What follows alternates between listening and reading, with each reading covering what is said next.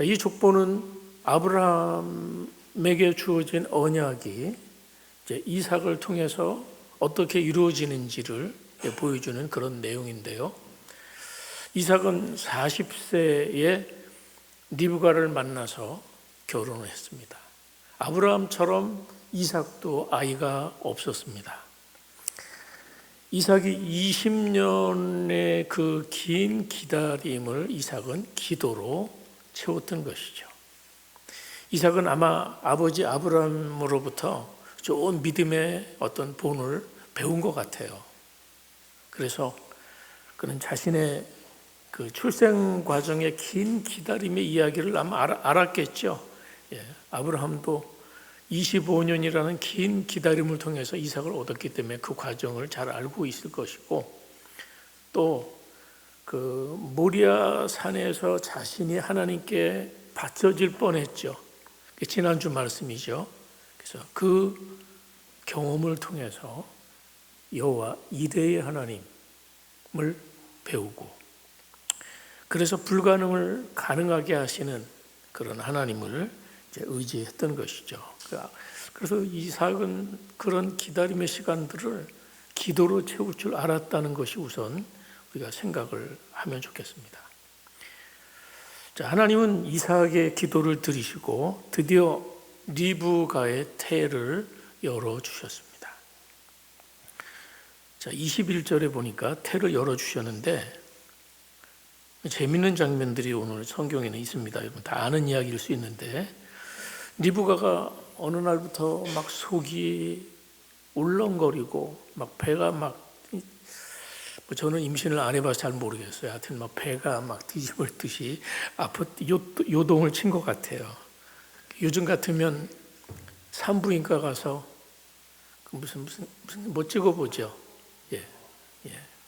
뭐 초음파 검사를 하면 쌍둥이가 들어섰구나. 그리고 걔네들이 그 안에서 막 치고받고 싸우는구나.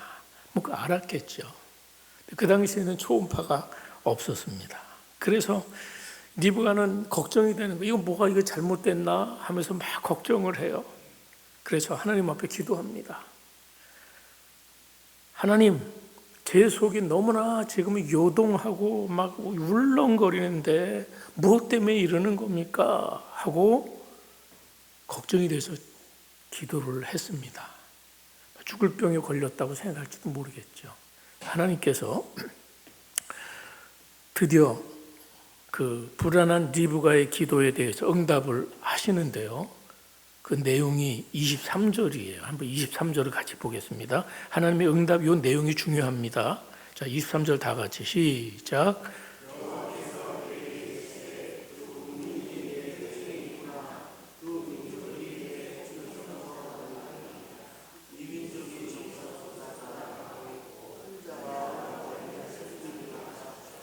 자, 리브가의 그 속이 불편한 거는 쌍둥이를 가졌기 때문이었고, 이 쌍둥이가 매일 그 어머니 뱃속에서 막 싸우고 있는 거예요. 그러면서 이 쌍둥이가 장차 두 민족으로 나누어질 것이다. 그리고 더 중요한 것은 큰 자가 어린 자를 섬길 것이다. 이렇게 이야기하는. 결국 이 얘기는 뭘까요? 하나님의 복이 큰아이가 아니라 둘째에게 하나님의 복이 흘러간다는 거예요. 쌍둥이들은 좀 억울하긴 억울해요. 같이 태어나갖고 먼저 나온 순서가, 이 순서가 정해지는 거죠. 그래서 지우는 온유한테 오빠라고 해야 되는 거죠. 억울하죠. 오늘 이 쌍둥이 얘기가 재밌어요. 자, 그런데 큰 자가 어린 자를 섬기리라 하는 이 이야기를 사도 바울이 로마서에서 이렇게 이 사건을 언급을 했어요. 자, 로마서를 한번 다 같이 보겠습니다. 로마서 9장 11절부터 13절이에요. 그 자식들이 아직 나지도 아니하고 무슨 선이나 악을 행하지 아니한 때에 택하심을 따라 되는 하나님의 뜻이 행위로 말미암지 않고 오직 부르시는 이로 말미암아 서게 하려 하사 리브가에게 이르시되 큰 자가 어린 자를 섬기리라 하셨나니, 우리 13절은 다 같이 시작. 기록된 바 내가 야곱은 사랑하고 에서는 미워하였다 하신과 같으니라. 자, 여기에 사람들이 참 이해하기 어려운 장면이 나옵니다. 큰 자가 어린 자를 섬기리라 하셨는데 그 얘기를 또 다른 말로 바꾸면 하나님께서 내가 야곱은 사랑하고 에서는 미워했다. 바울은 이렇게 해석을 하고 있는 것이에요. 그러니까 야곱이 옳아서가 아니에요. 야곱이 옳기 때문에 하나님이 야곱을 사랑한 게 아니고, 또 에서가 뭘 잘못해갖고 에서를 미워한 게 아니라, 이건 뭐예요? 이건 그냥 하나님의 일방적인 선택의 이야기예요. 일방적이에요. 이건 이 아이들이 태어나기도 전에 야곱이 하나님의 선택을 받은 것이죠. 야곱이 공로가 없지 않습니까? 그래서 선택받을 만한 이유가 있지 않습니다. 그런데 하나님은 무조건 야곱을 어때요? 그냥 선택했다는 거예요. 자, 이런 선택을 보통 세상은 이해하지 못합니다. 야곱이 무슨 뭐가 있어야지 그를 사랑해야 되는 게 보통 인간적인 생각이잖아요. 어떤 행위의 결과로 말미암아서 하나님의 복이 주어지면 이해가 되겠는데, 이런 말도 안 되는 이야기라고 사람들은 생각하죠. 그것은 사도 바울 당시에도 그랬던 것 같아요. 그래서 사도 바울이 그 얘기를 하면서 이렇게 붙입니다. 자, 14절, 16절 같이 한번 또 볼까요? 이 선택이 이게 뭐냐 하고 사람들이 부정하고 시비를 거는 자들에 대해서 바울 사도가 계속 이렇게 증거하고 있는 거예요. 자, 14절 다 같이 시작. 그런즉 우리가 무슨 말을 하리요? 하나님께 불의가 있느냐? 그럴 수 없느니라. 모세에게 이르시되 내가 긍휼히 여길 자를 긍휼히 여기고 불쌍히 여길 자를 불쌍히 여기리라 하셨으니, 그런즉 원하는 자로 말미암음도 아니요 다른 빚을 하는 자로 말미암음도 아니요 오직 긍휼히 여기시는 하나님으로 말미암음이니라. 그러니까 사람의 기준으로 하나님의 어떤 선택에 대해서 이러쿵 저러쿵 판단할 수 없다는 거예요. 그러면서 하나님은 긍휼히 여길 자를 긍휼히 여기고 불쌍히 여길 자를 불쌍히 여기는 것이 뭐다? 그건 하나님의 선택이라는 거예요. 그리고 이제 이어서 질그릇 토기장이 이야기를 하는 거예요. 토기장이가 어떤 그릇은 좋은 그릇으로, 어떤 그릇은 뭐 다른 용도로, 그 토기장이 고난이 있는 것처럼 그 하나님의 선택을 이제 토기장이에 빗대서 이야기를 하는 것입니다. 자, 이 이야기를 생각하면서 이거는 일방적인 무슨 편가르기 이야기가 아니에요. 하나님의 하시는 어떤 결정, 하나님이 하시는 이 판단 기준이 우리의 판단 기준을 넘는다는 그런 이야기예요. 이해하시겠어요? 하나님의 판단 기준은 우리는 인식이 제한적이에요. 우린 전체를 볼 줄 몰라요. 우리가 보는 인식에는 한계가 있어요. 그러나 하나님은 하나님의 판단 하에서 절대적인 주권을 가지시고 당신의 주권을 행사하신다는 거예요. 자, 결국은 하나님의 말씀대로 쌍둥이가 태어납니다. 25절 다시 돌아와서 먼저 나온 자는 붉고 전신이 더럭 같아서 이름을 에서라 하였고, 후에 나온 아우는 손으로 에서의 발꿈치를 잡았으므로 그 이름을 야곱이라 하였으며, 리브가가 그들을 낳을 때 이삭이 60세였더라. 쌍둥이는 쌍둥이인데 이게 이란성이어서 둘이 달라도 너무 달랐습니다. 에서는 날 때부터 털이 많고 그 야성미가 넘쳤다는 얘기죠. 그리고 후에 나온 아우 야곱은 나오면서부터 형의 발꿈치를 막 잡고 태어났고, 그 이름대로 그는 평생 다투면서 싸우면서 속이면서 이런 삶을 살았어요. 특별히 에서와 야곱은 쌍둥이로 태어나서 어린 시절을 함께 하면서 할아버지 아브라함의 이야기를 들으면서 자랐을 겁니다. 할아버지는 그들에게 많은 이야기를 해주었겠죠. 하나님께서 갈대아 우르에 살던 자신을 어떻게 해서 이 가나안 땅으로 오게 하셨는지, 그리고 어떻게 그들의 아버지를 얻게 됐는지, 또 모리아산 이야기도 하지 않았겠습니까? 그리고 앞으로 너희 후손을 통해서, 우리 가문을 통해서 하나님의 복이 이스라엘 민족을 통해서 누리게 될 은혜가 어떤 것인지를 아마 들으면서 자랐을 겁니다. 성경은 그런 이야기 안 나와요. 안 나오지만 25장 7절에 보면 아브라함이 죽을 때 나이가 175세입니다. 그러니까 상당 기간을 이제 아이들과 함께 했던 것을 우리가 알 수 있습니다. 그러니까 충분한 개연성이 있다는 얘기죠.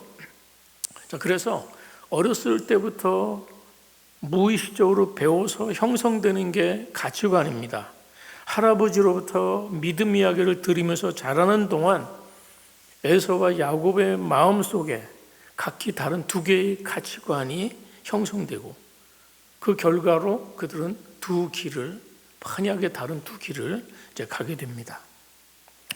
자, 제가 더 자세하게 설명할 수는 없지만 그 다음 사건을 진행하겠습니다. 자, 26절과 27절 사이에는 또 30년 출생 이야기 이후에 30년 세월이 훅 지나가요. 그러니까 성경이 굉장히 빠르게 전개되고 있어요, 이야기가. 자, 27절 보세요. 27절 다 같이. 그 아이들이 장성하며 에서는 익숙한 사냥꾼이었으므로 들사람이 되고 야곱은 조용한 사람으로 장막에 거주. 두 아이가 장성해서 이제 자신의 삶을 책임지는 그런 나이가 됐죠. 에서는 노련한 사냥꾼이 돼서 들사람이 되었고, 반면에 야곱은 조용한 편이 돼요. 그래서 아마 집에서 많이 있었던 것 같습니다. 그런데 아버지 이삭은 에서가 사냥한 고기를 굉장히 좋아했고, 그 이후로 형 에서를 이삭이 굉장히 좋아했습니다. 반면에 어머니 리브가는 누굴 사랑했을까요? 야곱을 사랑했지. 이삭은 큰아들 에서를 사랑하고 어머니 리브가는 야곱을 사랑했습니다. 자, 29절 34절에 이제 오늘 우리가 주목해서 보려는 사건은 이 사건입니다. 아주 유명한 사건이 나오죠. 장자권 매입 사건이라고요. 장자권에 대한 이야기가 오늘 말씀의 핵심입니다. 자, 드디어 야곱이 기다리던 때가 왔습니다. 형 에서는 여느 때처럼 사냥하러 나갔고, 야곱은 저녁 때가 되어서 집에서 맛있는 죽을 만들고 있어요. 죽을 쓰고 있었어요. 에서가 사냥하다 돌아왔어요. 사냥하다 돌아왔으니까 얼마나 허기졌겠습니까? 여기 성경에 보면 피곤하다는 말을 2번이나 반복하고 있어요. 그러니까 많이 지친 상태에서 돌아왔어요. 배도 고프고 막 탈진했던 것 같아요. 야곱은 그 사이에 온 집안의 냄새를 풍기면서 맛있는 죽을 막 만들잖아요. 에서가 그 성격답게 야곱에게 소리를 칩니다. 30절, 내가 피곤하니 그 붉은 것을 내가 먹게 하라. 여기 붉은 것이라는 표현이죠. 붉은 것. 이 말에서 에돔이라는 별명이 생겼어요. 에돔이라는 건 붉다는 뜻이고요. 붉다. 자, 에서는 지치고 배고픈 그런 상황에서 이 죽을 달라고 요구하고 있어요. 야곱이, 이때 꾀가 많은 야곱이 이 기회에 흥정을 하기 시작해요.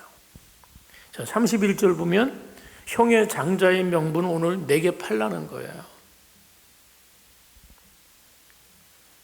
이 얼마나 중요한 흥정입니까? 여러분, 장자권을 팔라는 이 엄청난 거래를, 이 흥정을 얼마나 빨리 진행이 되는 줄 아세요? 흥정이 오래 가지 않았어요. 즉석에서 한숨에 이루어졌어요. 이것이 바로 에서의 성품이기도 했겠죠. 자, 32절 보세요. 같이 읽어볼까요? 시작. 에서가 이르되 내가 죽게 되었으니 이 장자의 명분이 내게 무엇이 유익하리요. 자, 여기 참 중요한 얘기를 하고 있어요. 내가 지금 당장 배가 고파서 배고파 죽을 지경인데 그 장자의 명분이 내게 뭘 유익하냐. 예? 자, 그런데 형 에서는 장자권 그까짓 거 하고 그냥 던져버릴 태세인데 야곱은 상당히 꼼꼼합니다. 야곱은 쉬운 사람이 아니라는 거예요. 그래서 에서는 지금 쉽게 넘어가는데 야곱은 쉬운 사람이 아니에요. 그래서 분명한 거래, 철저한 거래를 요구해요. 33절 보세요. 야곱이 이르되 오늘 내게 맹세하라. 에서가 맹세하고 장자의 명분을 야곱에게 판지라. 자, 에서는 지금 이까지 거래에 뭐 이렇게 시간을 끌고 싶지가 않은 거예요. 왜냐하면 지금 자기에게 중요한 건 뭐예요? 자기에게 중요한 건 장자권이 하나 중요하지 않아요. 자, 뭐가 중요합니까? 그 붉은 것, 그게 중요해요.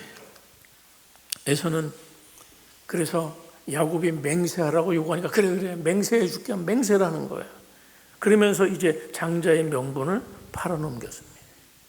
이 거래에 사인을 하고 나서야 야곱은 팥죽을 형에게 주면서 어떻게 했다고 말해요? 재밌죠? 후하게도 떡을 더 줬대요. 떡을 더 줬대요. 34절에 보면. 자, 이 엄청난 거래는 참 싱겁게 끝났습니다. 자, 야곱은 어쩌면 이 기회를 지금까지 노렸던 거예요. 이 기회를 살피다가 결국 자기가 원하는 것을 손에 얻었다는 거예요. 자, 오늘 우리가 생각해야 되는 게 대체 장자권이 뭐야? 장자의 명분을 판다는 거 여러분이 이해가 되세요? 오늘 이런 거 파는 거 보셨어요? 이해가 안 돼서 장자의 명분을 판다. 근데 그 시대 장자의 특권을 생각해 보면 이해가 되는 부분이에요. 자, 장자의 특권이 뭐냐? 그 시대에 아비의 뒤를 승계를 하고 가장이 되면 가문의 대소사를 처리할 수 있는 그 주도권이 있어요. 그리고 더 중요한 건 형제에게 할당된 유산의 장자는 2몫을 받아요. 2몫을. 예. 그래야 큰 거죠. 2몫을. 그 다음에 한 가정의 대표자로서 모든 일을 주도할 뿐만 아니라 언약 관계에서 어떤 의미가 있냐면 영적 축복의 후계자가 된다. 그러니까 언약 백성은 영적 축복이 이어지는 거예요. 근데 그 언약의 축복을 잇는 후계자가 된다는 것이 이 장자의 명분에 숨겨진 이야기예요. 여러분 생각해 보세요. 야곱은 왜 그렇게 이 장자의 명분에 목을 맸을까요? 그것은 아마 리브가로부터, 어머니 리브가로부터 이 장자의 권리가 뭔지, 복이 뭔지를 교육받았어요. 리브가는 왜 그랬을까요? 리브가는 아이를 잉태하고 있을 때 하나님의 음성을 들었어요. 뭐라고요? 내 속에서 큰 자가 어린 자를 섬길 것이야. 그 말씀을 염두에 두고 있는 거예요. 그래서 그는 그 말씀을 염두에 두고 야곱을 사랑하는 거예요. 또 야곱에게 그런 코치를 했다고 볼 수 있죠. 자, 그렇지만 여기서 문제가 되는 것은 에서가 참 분별력이 참 부족한 사람이다. 가치관의 문제이기도 했겠죠. 너무 이 사람은 쉽게 장자의 명분을 팔았어요. 자, 이걸 34절에서 이렇게 해석을 해요. 에서가 장자의 명분을 어떻게 했다고요? 가볍게 여겼다. 가볍게 여겼다고 말해요. 자, 깊이 생각하고 있지 못했다는 이야기예요. 당장 눈앞에 보이는 한 끼의 식사 때문에 정말 소중한 부분인데 그걸 가치 없이 팔아버리는 그런 잘못을 범한 거죠. 자, 여러분, 우리가 이 장자의 명분을 이렇게 바꿔서 생각하면 더 쉬워요. 장자의 명분은 결국 뭡니까? 하나님과의 관계예요. 하나님과의 관계로 바꿔놓고 여러분 한번 읽어보세요. 지금 에서의 태도는 뭡니까? 하나님이고 뭐고 중요하지 않아. 뭐가 중요해? 당장 내 배고픈 문제가 중요하다는 거야. 지금 먹고 사는 게 최선이지 하나님이 뭐가 대수냐라는 태도라는 거야. 그래서 이런 에서의 행동을 뒷날에 히브리서는 이거를 망령된 행동이라고 해석을 했어요. 자, 히브리서 12장 6절 보세요. 음행하는 자와 혹 한 그릇 음식을 위하여 장자의 명분을 판 에서와 같이 어떻게 해요? 망령된 자가 없도록 살피라. 이렇게 이야기해요. 자, 이 말씀은 지금 히브리서를 공유하고 있는 그 당시 교회들에게 공교의 말씀으로 주시는 거예요. 그 교회 안에 에서 같은 가치관을 가지고 살아가는 자가 있을지, 그런 망령된 자가 있을지 한번 살펴보라는 경고의 말씀으로 구역에 나오는 에서의 이야기를 히브리서 기자는 그 당시 교인들에게 경고하고 있다는 거예요. 자, 그럼 에서는 사실 그 시대 속에 이야기를 하면서 오늘로 따지면은 오늘 살아가는 모든 현대인들이 에서와 같은 유형으로 살아갑니다. 에서 같은 가치관을 가지고 살아가는 것이죠. 에서 같은 가치관은 어떤 가치관일까요? 현대인들은 다 무엇이 당장 내게 유익한가를 생각하며 살아가요. 너나 할 거 없이 지금 중요한 것, 지금 나에게 유익한 것 생각하며 살아갑니다. 그래서 우리에게 유익한 것들이 뭡니까? 집이 유익한 사업, 그다음 또 중요한 게 뭐 있죠? 건강, 뭐 이런 거, 건강. 나이가 좀 들어가면서 이 노후 설계, 이런 것들이 굉장히 중요한 가치. 에서가 추구하던 그 삶이 오늘날을 따지면 우리가 오늘 중요하게 당장 눈앞에서 중요하고 급한 그런 가치들로 우리에게 도전을 하고 있다는 거예요. 그래서 우리는 거기에 몰두하죠. 거기에 몰두하느라고 다른 거 생각 가치가 없는 거예요. 자, 에서가 사냥에서 돌아와서 눈에 뵈는 거 없이 그저 허기에 굶주려 있어요. 그래서 그는 지금 막 먹어도 지금 막 배가 고픈 그런 상황이죠. 오늘 현대인의 영적 허기가 정말 중요한 것들을 제쳐놓게 만드는 그런 삶의 구조라는 것이죠. 지금 우리가 그런 흐름 속에 살아가는 거예요. 그래서 오늘 이 이야기를 통해서 오늘 현대를 사는 오늘 우리들에게 주시는 말씀을 여러분 들어야 합니다. 우리 삶을 잘 들여다보면 우리는 무엇을 소중히 여기고 살아가고 있습니까? 현대 그리스도인들이 하나님의 복을 하찮게 여기고 살아가고 있는 것을 우리는 종종 발견합니다. 우리는 비록 장자의 명분을 판 적은 없어요.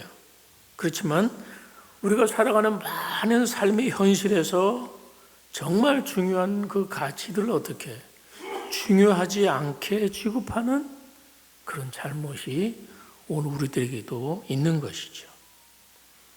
그러다 보니까 하나님이 정말 우리에게 주시고자 하는 그 복들이 있어요. 하나님이 주시고자 하는 그 참 소중한 영적인 가치와 복들을 잃어버리고 누리고 살아가지 못한다는 것입니다. 사람들은 다 그렇게 이야기하는 것 같아요.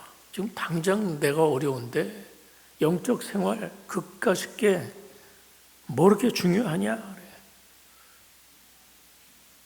우리가 묵상하는 것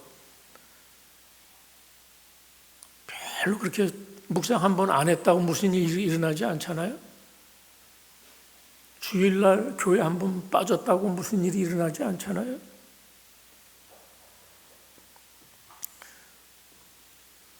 한 번의 예배, 우리가 하나님 앞에 해야 되는 어떤 중요한 가치들 제쳐놨다고 해서 큰 문제가 생기는 것도 아니죠. 그런데 문제는 우리의 삶이 이런 식으로 긴급한 일들 때문에, 눈에 펴 보이는 현실의 일들 때문에 너무 그런 것들을 제쳐놓고 바꾸고 살면 제대로 된 주님의 영적인 복, 주님이 누리기를 원하는 그 삶의 풍성한 삶을 누리기가 어렵다는 것입니다. 예수님 당시에도 주님이 주신 많은 복과 은혜를 바꾸는 사람들이 많았어요. 가룟 유다도 마찬가지고. 예수님 당시에 특히 바리새인이나 서기관들, 대제사장들이 뭐로 바꿨습니까? 예수님의 복을, 하나님의 영적인 복을 뭐로 바꿨어요? 돈으로 바꾸고, 명예로 바꾸고, 권력으로 바꾸고, 주님하고 그걸 바꾼 거예요. 주님을 포기하는 대신에, 예수님을 포기하는 대신에 자기들의 기득권과 어떤 명예나 권력을 바꿈으로 에서의 장자권을 마치 바꾼 것과 같은 그런 삶을 보여주는 것이죠. 오늘날 우리가 살면서 바꾸고 있는 것들이 어쩌면 에서의 장자권과 비슷한 것일 수가 있습니다. 에서를 히브리서 기자가 망령된 사람이라고 칭하는 이 말씀을 우리는 뼈아픈 교훈으로 삼을 필요가 있다는 생각이 듭니다. 중요한 일이 있습니다. 긴급한 일이 있습니다. 중요하든 긴급하든 가장 중요한 것은 바른 선택을 해야 되는 거죠. 너무 자주 이 소홀히 되는 우리의 영적 생활의 이 자리 바꿈이 얼마나 위기인지를 우리가 다 같이 생각하는 시간이었으면 좋겠습니다.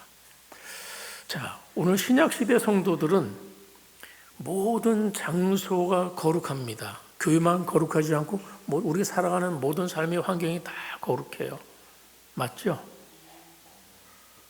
또 그런가 하면 신약시대 그리스도인들에게는 모든 시간이 거룩합니다. 우리가 살아가는 삶의 전 환경이 다 거룩이 따로 없어요. 예배당에서의 거룩만을 이야기하지 않아요.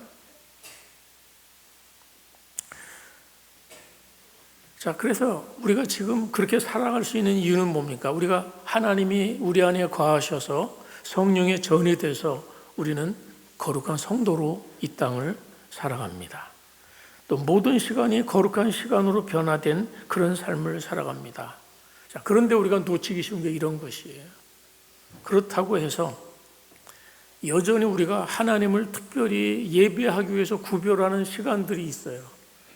모든 시간이 거룩하지만, 모든 장소가 거룩하지만, 그럼에도 불구하고 하나님께서는 그런 특별한 시간을 우리에게 원하시죠. 그 특별한 시간이 뭘까요? 우리의 많은 시간 중에 가장 특별한 시간은 뭘까요? 바로 그것이 주일이라는 개념입니다. 자, 그 시대의 기독교의 상태를 잘 보여주는 곳이 어디냐? 주일의 공적 예배가 그 시대의 영적 상태를 이제 반영해 줍니다. 자, 우리나라는 참 좋은 전통을 물려받은 것 중에 하나가 주일 성수라는 좋은 개념이 있었어요. 지금보다 우리의 앞선 그 신앙의 선배들이 이 주일 예배를 굉장히 소중하게 여겼던 그런 시절이 있습니다. 물론 지금도 그렇게 하는 분들이 있지만 과거에 비해서 제가 신앙생활 처음 시작했을 때는 주일날 사 먹으면 큰일 나는 줄 알았어요. 우린 그렇게 배웠기 때문에. 그런데 오늘 2026년 요새 우리 교회의 환경, 또 한국교회 현주소는 점점 갈수록 이런 주일 예배의 이 공적인 예배를 좀 하찮게 여기는 그런 시대로 점점 접어들고 있다는 느낌이에요. 아까 말씀드린 한국교회 부모 세대로부터 물려받은 좋은 유산 가운데 가장 소중한 게 주일을 어떻게든지 소중하게 여기고 지켜내야 된다는 그런 좋은 유산을 우리가 물려받았었죠. 저는 오늘날도 오늘 부모 세대가, 어른 세대가, 경건한 세대가 다음 세대에게 물려주는 것, 거룩한 유산을 다음 세대에 물려야 되는데, 물려주는 것 중에 가장 소중한 게 뭘까요? 여러 가지 있겠지만 결국 우리가 하나님께 드리는 이 예배 이상의 것보다 더 좋은 것은 물려줄 게 없어요. 다음 세대가 물려받을 것이 무엇일까요? 특별히 공예배는 하나님을 경외함을 가르치는 어떤 시간보다, 어떤 말보다 힘 있는 최고의 방법이기 때문입니다. 우리 모두는 자신이 중요하게 여기는 일에 시간을 보낼 것입니다.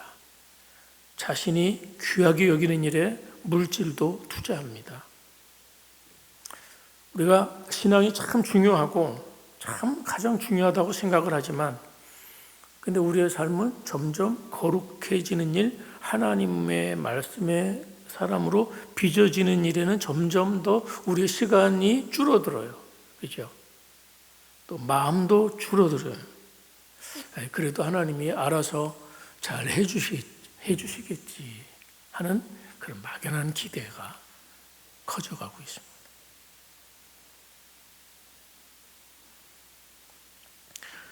성도가 추구해야 되는 이 거룩함이, 이 토대가 점점 무너지는 이런 시대를 살면서 오늘 주시는 도전은 그거예요. 우리가 받은, 우린 영적인 장자들입니다. 하나님 우리 영적인 장자 우리 모두를 선택하셨습니다.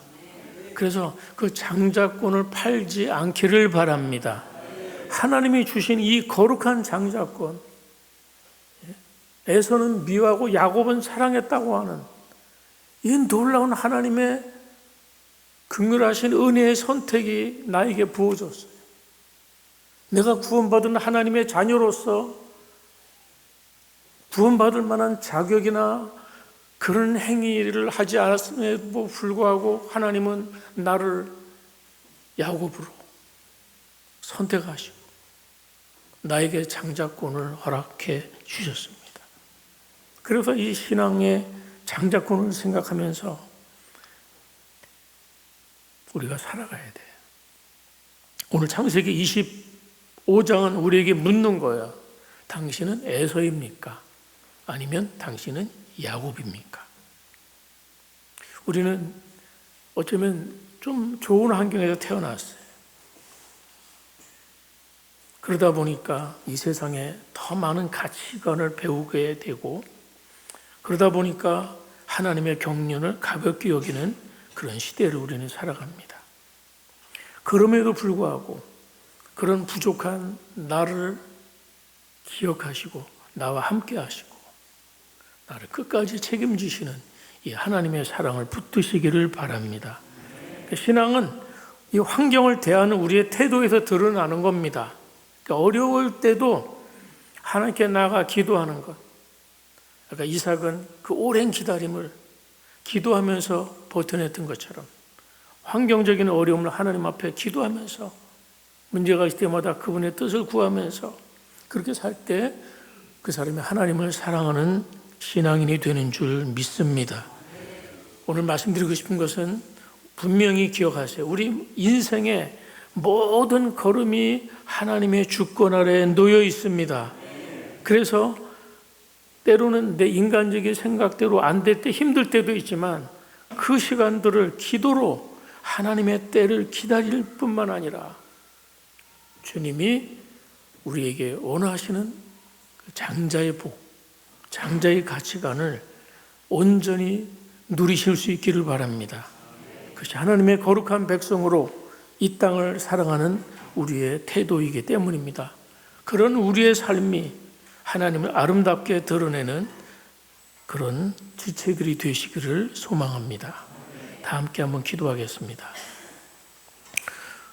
첫째, 우리가 합심해서 기도하려고 하는 것은 우리가 하나님의 주권을 인정하고 그래서 우리의 삶의 문제 앞에서 기도로 극복하게 해달라고 기도해 주세요. 이삭처럼 어려운 순간을 하나님을 의지하고 기도로 모든 어려움을 이겨내는 믿음을 주시옵소서 기도해 주시고, 두 번째는 영적인 복을 소중히 여기며 살아가도록 기도해 주시면 좋겠습니다. 영적인 가치를 포기하지 않고 우리의 거룩한 신분을 귀히 여기게 하옵소서. 내 생각과 도모보다는 하나님을 신뢰하면서 하나님의 영적인 부유함을 누리면서 하나님의 복을 이 땅에 전하는 그런 거룩한 백성이 되게 하옵소서. 한번 우리 본문의 말씀 생각하면서 다 같이 잠시 기도하도록 하겠습니다. 기도하겠습니다. 하나님 아버지 감사합니다. 오늘 시대에 거룩한 백성으로 삼아주시고 거룩한 영적 장자의 백성으로 세우신 것을 감사합니다. 하나님이 귀하게 세우신 이 믿음의 자리를 우리의 장자의 신분의 자리를 포기하지 않게 하시고 혼란이 오나 어려울 때에도 보이지 않는 것 같은 순간에도 하나님 기도하며 이겨나갈 수 있도록 도우시고 기도하면서 있던 것들을 이겨낼 수 있도록 도와주시옵소서. 우리 많은 혼란한 가치관 속에 살면서 영적인 가치가 얼마나 중요한지를 잊지 않게 하시고 무엇을 가장 가치 있게 영원히 사는 길을 보게 하시고 내 생각과 내 계획 속에 하나님의 뜻이 온전히 이루시고 때로는 기다리면서 기도하면서 하나님의 때를 기다리는 거룩한 백성으로 살게 해주시고 또 기도로 모든 어려움을 이겨내는 종들이 되게 하옵소서. 만복의 근원 되시는 아버지 하나님, 오늘 말씀을 통해서 제가 무엇을 가장 가치 있게 여기며 살고 있는지 돌아보게 하시니 감사합니다. 때로는 삶의 고단함과 당장의 필요 때문에 하나님이 우리에게 주시는 영적인 은혜와 신분을 가볍게 여기지 않았는지 돌아봅니다. 세상이 주는 이런저런 만족 때문에 마음을 빼앗기지 않게 하시고 보이지 않는 영원한 주의 약속을 붙잡는 믿음을 주시옵소서. 또 하나님의 말씀을 우리의 삶에 세우면서 지혜로운 종들로 살아가면서 영적인 복을 누리고 나누는 귀한 종들로 살아가게 하옵소서. 예수 그리스도 이름으로 기도드립니다.